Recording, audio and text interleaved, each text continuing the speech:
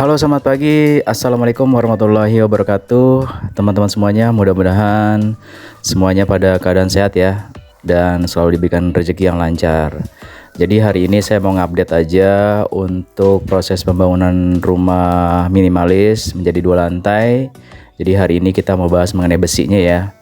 Jadi saya mau ukur besinya menggunakan alat ini ya, berapa mili sih yang dipergunakan untuk membangun rumah ini. Nah, diantaranya adalah besi utamanya saya menggunakan 10 mili yang full, jadi yang ulir. Jadi yang utama itu adalah itu. Sebenarnya sih kalau yang bagus ya itu bisa menggunakan yang 12 mili ya. Itu recommended banget lah. Tapi kalau misalnya untuk yang minimalis, hasil diskusi dengan para tukangnya dan yang memang sudah ahlinya di bidangnya, akhirnya kita pilih untuk yang 10 mili aja udah cukup, selama 10 milinya adalah yang full gitu ya. Jadi yang toleransinya 0,1 sampai 0,2. Dan proses pembelian besinya ini saya juga nggak main-main ya. Saya beli di Megatrust yang khusus toko besi yang ada di sekitar Cilangkap.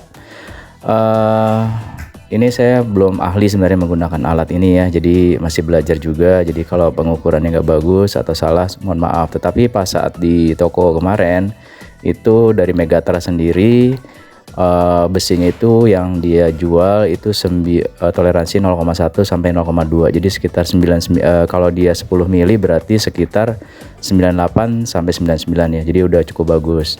Nah, memang ada dua jenis yang saya beli besinya, yang di Megatrust maupun yang di toko biasa. Itu hanya untuk tambahan, yaitu yang toleransinya memang di sekitar 0,3 sampai 0,5 gitu ya. Jadi sekitar dapatnya 97 sampai 95 gitu ya.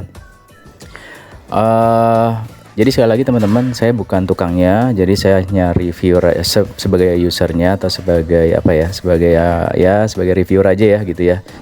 Jadi yang saya sampaikan di sini bisa teman-teman sampaikan di kolom komentar. Mungkin dari teman-teman lainnya bisa juga memberikan masukan dan lain-lain. Dan kenapa saya pilih besi 10 untuk tiang pondasi dan lain-lain, itu adalah memang keputusan saya dengan para tukang yang memang sudah ahli di bidangnya ya. Tentunya tukang-tukang yang saya pakai juga bukan tukang sembarangan, yang memang udah paham dan berpengalaman di beberapa kali pembangunan rumah, khususnya rumah minimalis dan rumah yang tipe besar juga pernah ya. Saya juga sempat lihat-lihat beberapa rekan-rekan yang ada di YouTube ya, yang memang itu kontraktor besar juga. Ada juga yang menggunakan besi 10 ulir ya, 10 ulir untuk membangun utamanya. Jadi ya, selama tidak menggunakan besi di bawah 10 untuk lantai 2 gitu ya teman-teman. Jadi jangan sampai ya 8, kayaknya janganlah gitu. Minimal banget 10 ulir gitu ya teman-teman. Ini saran saya gitu.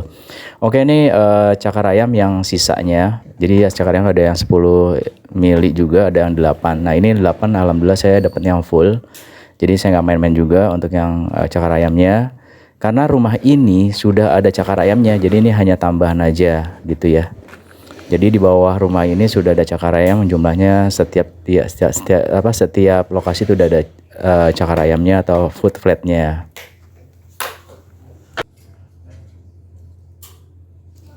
Oke teman-teman, ini adalah besi kolom yang saya pergunakan ya. Nah, ini adalah besi behelnya.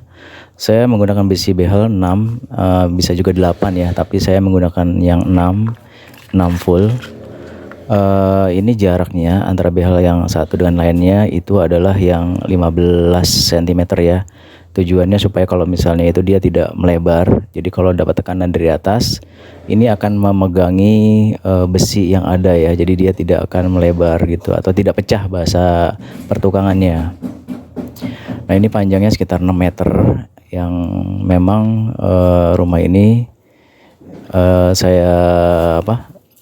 saya rencanakan ketinggiannya 3,8 meter ya teman-teman. Oke, itu dia untuk yang sudah dicor. Untuk besi kolomnya ketinggian hampir 4 meteran ya, bukan 6 meter maaf ya, jadi 4 meteran. Terus ini ada beberapa besi behel lainnya, yang ini adalah saya beli dari tokonya langsung. yaitu 6, ukuran 6, dan juga ada ukuran di bawahnya. Ini ukuran di bawahnya ini adalah bekas besi yang lama ya gitu. Tapi saya hanya menggunakan besi 6 untuk behelnya. Jadi tidak menggunakan yang 4 ya, atau berapa tuh. Besi behelnya masih banyak. Ini juga belinya besi behel yang full, bukan yang banci ya gitu. Jadi teman-teman, untuk besi behel ini sangat sangat penting ya, supaya untuk memegangi cor-coran beton nantinya, besinya terutama dari tekanan dari atas ya gitu. Nah ini kalau saya cek juga rata-rata ya besinya memang besi 6 ya, alhamdulillah. Terus berapa nih? Ya dapatnya sekitar 5, berapa tadi? 5,7, 5,8 ya sebenarnya. Tapi karena tadi agak susah aja ya. Jadi rata-rata perbedaannya toleransi di antara 1 mili ya. Gitu teman-teman. Nah ini alhamdulillah untuk beberapa kolom sudah dicor sambil nunggu kering ya. Terus nah ini besi yang ada di luar, ini adalah besi tambahan teman-teman. Jadi kalau tadi yang di dalam adalah besi yang full gitu. Nah kalau yang di luar ini adalah besi yang standar gitu, bukan besi banci ya. Saya nggak mau beli besi yang banci karena toleransinya sangat tinggi banget. Nah kalau untuk yang besi standar ini ukurannya toleransinya itu 2-5 ya. Jadi kalau misalnya kita beli 10 yang 10 mm 10 mili itu biasanya dapatnya di 97 sampai 95 ya. 95 sampai 97 tergantung dari merek besinya gitu. Nah besi ulir ini juga ada apa ya, kelengkungan ya kalau nggak salah 280 maupun berapa 420 gitu ya teman-teman. Oke sekarang saya berada di atas ya untuk melihat proses pengerjaan pembuatan sleeve-nya. Nah ini untuk sleeve yang masih proses dicor, sebagian belum dicor ya. Nah itu pegangannya, jadi antara kolom dan sleeve ketemu ya. Ini lagi dikerjakan oleh tukangnya Mas Supri yang baju hijau. Dan yang ini juga sleeve-nya lagi proses, jadi belum selesai semuanya karena kemarin sempat hujan gitu. Jadi untuk genteng-gentengnya juga udah kita copot-copotin. Jadi proses hari ini dan beberapa hari ke depan itu adalah menyelesaikan sleeve-nya. Nah ini teman-teman bisa lihat ya kolomnya, besi kolom dengan besi 10 full, cukup kokoh ya. Mudah-mudahan kuat gitu ya, dan harusnya kuat gitu ya. Terus beberapa kolom lainnya sebelah sana juga sudah jadi dicor ya. Perbandingannya 1 semen, 2 pasir dan 2 pasir, 3 batu ya, lupa saya. Oke, kita lihat lagi yang lainnya. Untuk besi yang sudah dicor sebagian sudah, dan depan ini lagi pengerjaan persiapan pengecoran. Nah ini teman-teman ya, untuk kolomnya yang nanti ditambah lagi, karena sebenarnya boleh kok pengecoran itu bertahap atau berkelanjutan ya. Jadi bagastingnya udah siap semua. Nah ini Mas Jemi lagi membuat bagasting untuk kolom. Jadi nanti kolomnya dari belakang sampai depan itu nyambung teman-teman gitu ya, menggunakan besi 10 full gitu. Dan ini total besinya itu ada 6 gitu ya, bukan 4. Pernah saya lihat juga ada orang yang membangun menggunakan besi 4 untuk kolomnya, tapi itu sangat resiko ya. Jadi usahain aja totalnya ada 6 untuk besi kolomnya. Memang untuk sleeve gantung atau apa ya namanya itu, kita belum ada. Jadi rata-rata nih kolom-kolomnya, sleeve-nya adalah masih di atas batu ya, di atas batu bata. Oke ini untuk ininya ya, apa namanya, kerucikannya Ini pakai yang warna merah teman-teman. Jadi nanti ini buat air bersih dan buat pembuangan air kotor dari kamar mandi. Jadi nanti di situ tuh ya posisinya adalah untuk kamar mandi. Yang memang nanti kamar mandi ada 2, di bawah 1, di atas ada 1 juga. Dan itu kebetulan atas bawah kamar mandi semua. Gitu ya teman-teman. Ini namanya lagi bikin apa Om Mas Demi? Casting. Lagi di casting ya.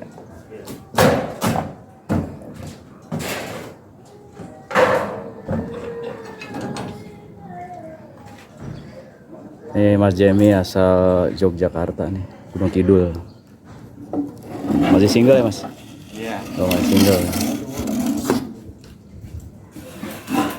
Gunung Kidul ke Jakarta nih, buat kerja.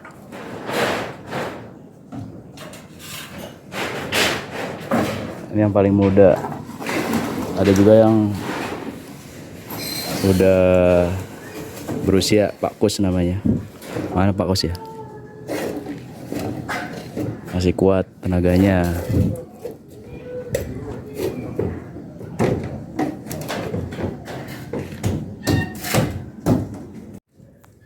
Iya teman-teman, jadi ini kolomnya yang sudah jadi ya.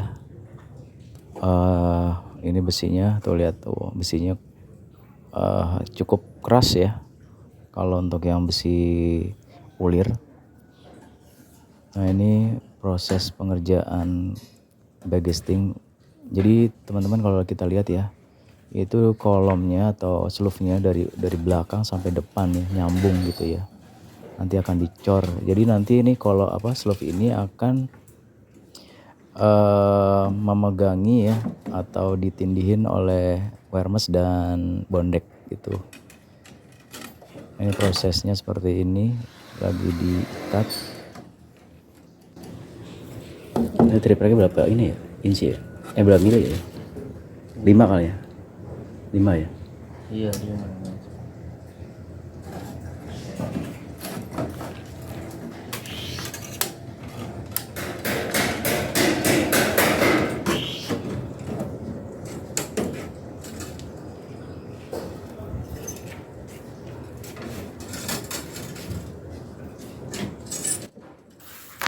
Jadi ini anyamannya ya untuk antar besi. Jadi ini nyambung semua nih antar kolom, dari ujung ke ujung semuanya akan nempel semua atau bersatu ya. Oke, ini nanti akan dicor di sini. Oke, ini atap rumah ya. Saya sebenarnya belum pernah lihat atapnya seperti apa dan baru kali ini nih. Jadi selama tinggal di sini selama 10 tahunan baru tahu nih atapnya ternyata seperti ini. Oke, kalau kita lihat ya teman-teman, sleeve-nya, sleeve atas ya, udah hampir semuanya kecor. Coba teman-teman lihat ya, sleeve-nya besar-besar. Jadi memang kita berharap bangunannya kuat gitu ya. Itu sleeve yang di belakang juga sudah dicor, yang dekat toren ya. Jadi dari belakang sampai ke sana tuh juga udah dicor gitu ya. Untuk ini ya, untuk persiapan nanti ngecor daknya di atas gitu. Ini ketinggiannya tadi ya 3,8 ya teman-teman. Jadi sekitar 3,7 ya. Jadi nanti nempel di bondek itu 3,8. Jadi bangunannya diharapkan sih di atas 3,8 ketinggiannya gitu. Dan ini saya juga nutupin ini ya rumah tetangga karena kemarin hujan, jadi takutnya air masuk gitu ya. Nah kalau ini nih Pak Kus nih, Pak Kus lihat kamera. Nah ini Pak Kus. Pak Kus juga dari ini, Pak Kus ya dari Gunung Kidul ya. Sama dari Gunung Kidul. Iya Gunung Kidul semua nih. Yang baju hijau itu orang Gunung Kidul juga itu, baju hijau itu. Iya. Nah itu yang mandornya tuh.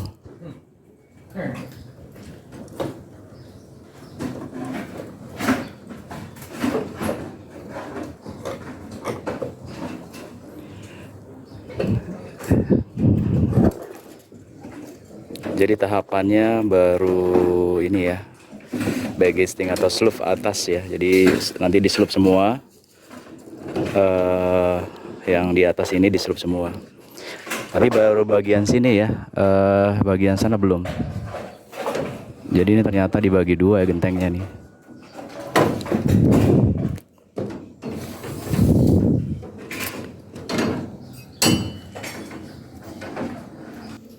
Ya teman-teman, untuk pipa pembuangan air kotor dan air bersih saya menggunakan Rucika yang warna merah.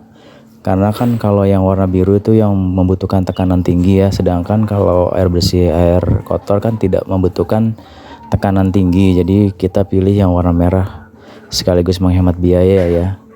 Maksudnya tekanan itu gini, jadi kalau misalnya airnya besar gitu ya, nah itu kan ada tekanan ya. Nah seperti air kolam renang dan lain-lain itu membutuhkan Rucika yang warna biru gitu. Nah ini lagi proses penyambungan sleeve-nya yang dari depan.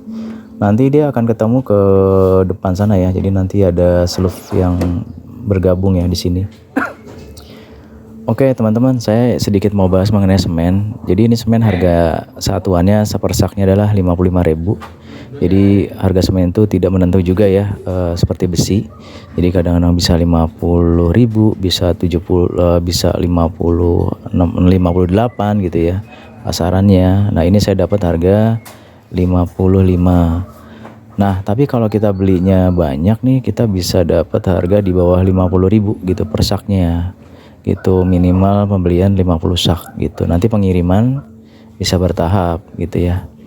Nah ini teman-teman, kalau kita lihat dari jauh itu proses backcasting yang bawah itu adalah kanopi. Nah yang atas itu yang lagi dibuat adalah untuk backcasting nanti ductcore-nya ya. Jadi tinggi nih bangunannya, seperti bangunan yang jauh di sana tuh ya, ada dua bangunan tinggi.